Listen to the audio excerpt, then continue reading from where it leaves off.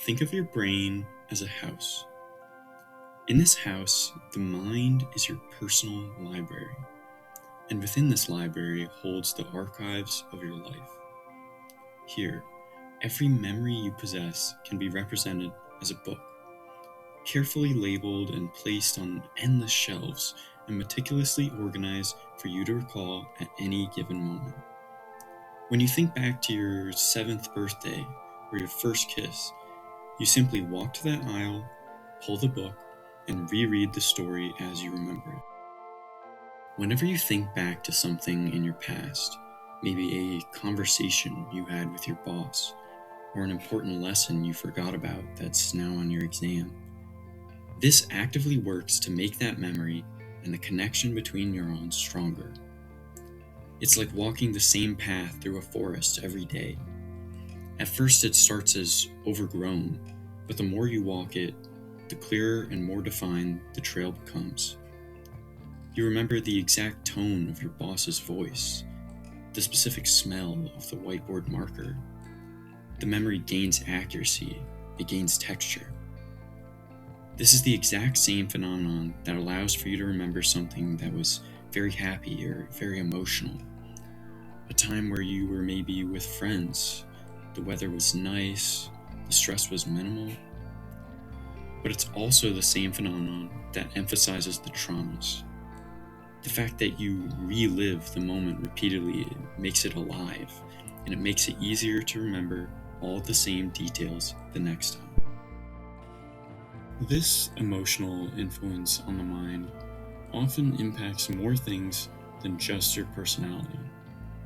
This can alter your view on other people, your ethical perspectives, and even your memories unintentionally.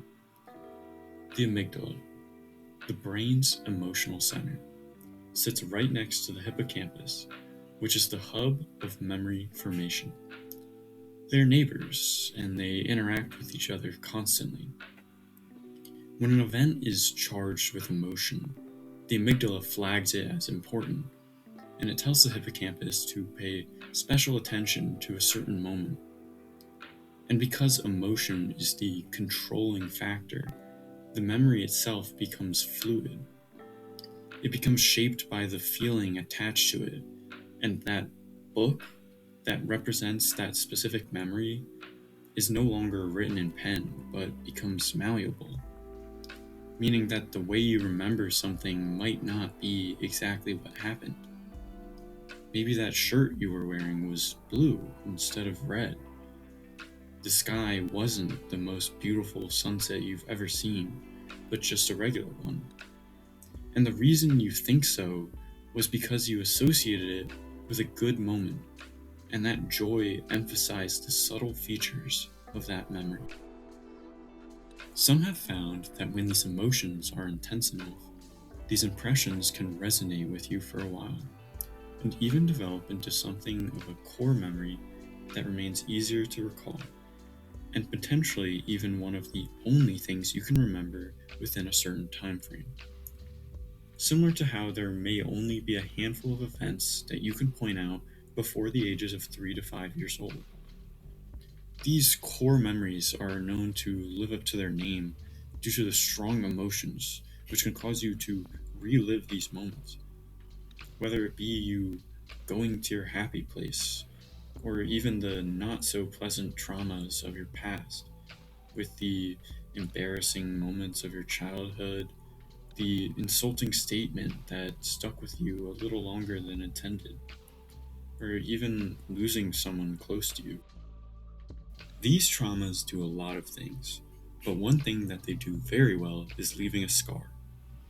While over an extended period of time, these scars will fade, they remain prominent for a lot longer than just a paper cut. Much like how a scar is easily visible, traumas are easy to recall and will also take a lot of time and healing to get over.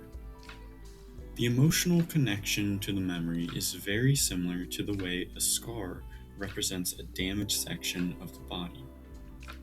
Due to how detrimental an experience like this can be to a person, this can cause your brain to rewire how you remember events. This can change how you remember situations. It can blur the lines, remove vital details, and potentially make it seem not as bad in retrospect. When something has such a large impact, especially at a young age, this can force a child to grow up quickly as an act of self-preservation. This phenomenon connects back to a variety of potential factors, possibly due to a single event that triggered a chain reaction, like a disease or economic hardship. Often this is the result of improper parenting. Even unintentional favoritism or minor forms of neglect can have a domino effect on these children, especially at such an impressionable age.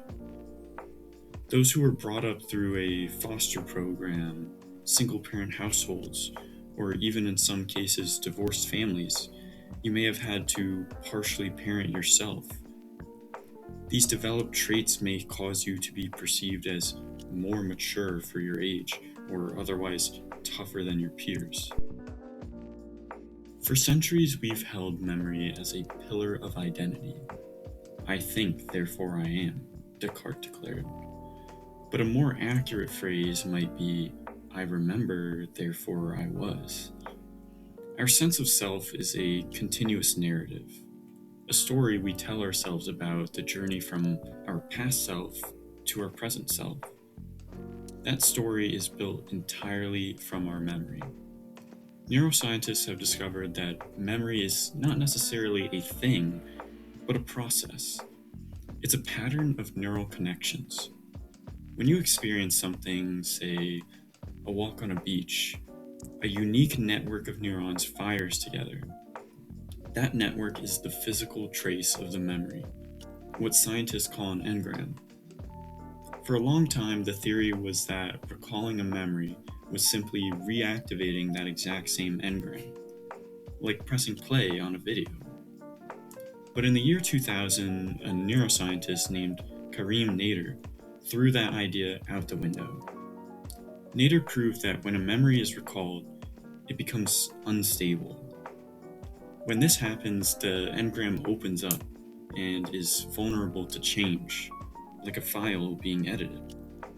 It starts a process updating with new information, new emotions, and new context.